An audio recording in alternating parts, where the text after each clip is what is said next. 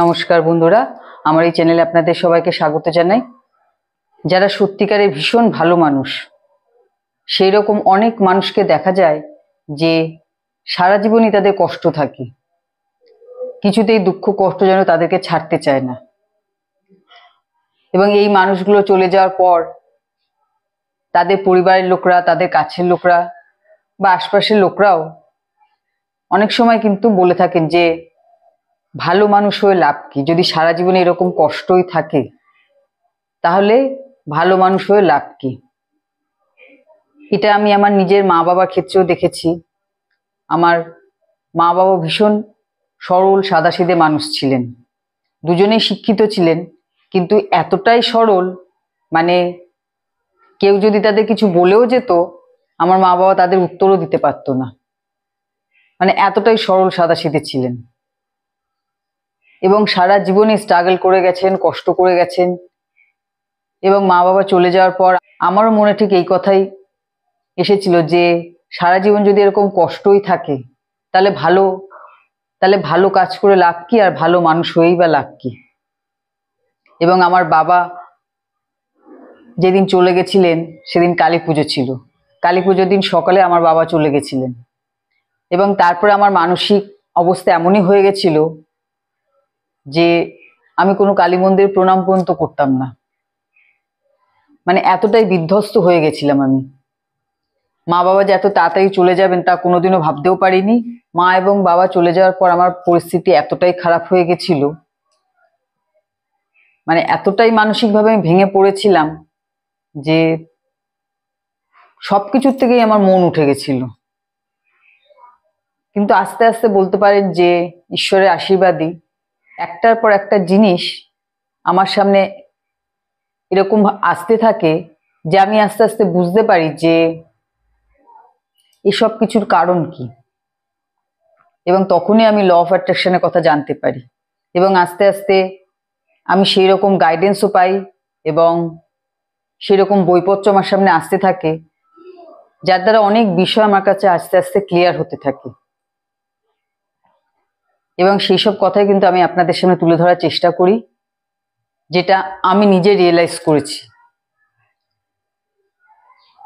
আজ বুঝতে পারি যে শুধু ভালো মানুষ হলেই হয় না, সবকিছু যদি ছেড়েও দিই, মানে কর্মের ফল থেকে শুরু করে অন্য সবকিছুই যদি ছেড়ে দিই, তাও একটা জিনিস মনে রাখতে হবে যে শুধু ভালো মানুষ হলেই হবে না, আমাদের কিন্তু জীবনে একটা কোনো কিছু পাওয়ার, জীবনে ভালো থাকার একটা তীব্র ইচ্ছা থাকতে হবে।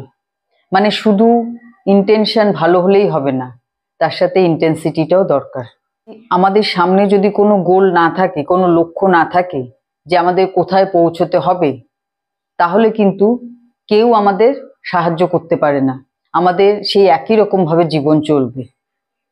কিন্তু যখন আমাদের সামনে কোনো লক্ষ্য থাকবে, কোনো গোল থাকবে যে আমাকে এই জায়গাটায় পৌঁছতে হবে, তখন কিন্তু এই সারা প্রকৃতি আমাকে কিন্তু সাপোর্ট করবে আমাকে সেই লক্ষ্যে পৌঁছে দেওয়ার জন্য। এবং তার সাথে আমার নিজেরও এফোর্ট দিতে হবে, নিজেকেও কাজ করতে হবে, কিন্তু আমারও একটা তীব্র ইচ্ছা থাকতে হবে যে আমাকে ওখানে পৌঁছতেই হবে। সেটা যদি না থাকে তাহলে কিন্তু শুধু ভালো মানুষ হওয়ার পরেও কিন্তু জীবনযাত্রা সেই একই রকম চলে, যেহেতু আমাদের সামনে কোনো লক্ষ্য নেই। সারা জীবনই কষ্ট, সারা জীবনই একটার পর একটা সমস্যা লেগেই আছে, ভগবান যে কবে আমাদের দিকে মুখ তুলে তাকাবে কিছুই জানি না, এই ধরনের কথাবার্তা যারা সবসময় বলেন তারা কিন্তু অ্যাফার্মেশন দিচ্ছেন ইউনিভার্সে। তারা কিন্তু ইউনিভার্স থেকে এই জিনিসগুলোকেই নিজেদের দিকে আকর্ষণ করছেন। আমরা যেরকম এনার্জি ছাড়বো ইউনিভার্সে, ঠিক সেটাই কিন্তু আমাদের দিকে ফিরে আসবে। আপনি যা দিচ্ছেন তাই কিন্তু ফেরত আসবে। অর্থ কম থাকতে পারে, কিন্তু তার মধ্যেও দেখবেন বহু মানুষ আছে তারা কিন্তু দিব্যি আনন্দে আছেন, খুশিতে আছেন, ফ্যামিলির সাথে ঘুরে বেড়াচ্ছেন, তাদের জীবন আনন্দেই চলছে। তাদের দেখবেন তারা কিন্তু সবসময় সেই রকমই থাকেন, খুব একটা হেরফের তাদের হয় না।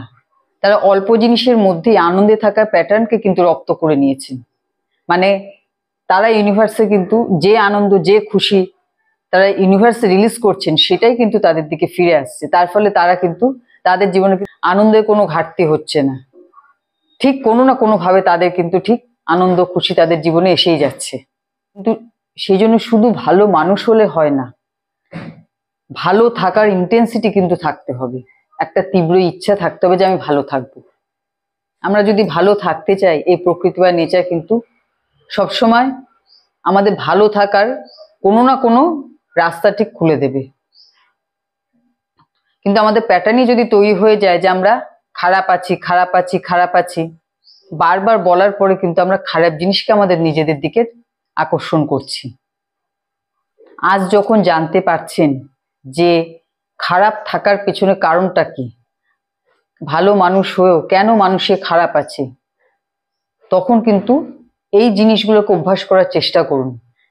যে ভালো চিন্তা করা, নিজের সম্বন্ধে এবং অন্যের সম্বন্ধে ভালো চিন্তা করা, ছোট ছোট ব্যাপারের জন্য ঈশ্বরকে ধন্যবাদ করুন, ইউনিভার্সকে ধন্যবাদ করুন। যা পেয়েছেন জীবনে, কিছু তো পেয়েছেন, না হলে তো এই ফোনে ভিডিওটা দেখতে পারতেন না। যা পেয়েছেন তার জন্য ঈশ্বরকে ধন্যবাদ জানান। পরিস্থিতি যতই কঠিন হোক তা কিন্তু একদিন চলে যাবে।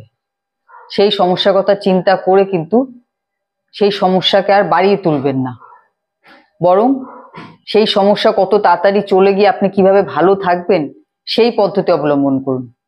সবসময় মনের মধ্যে পজিটিভ চিন্তা করুন।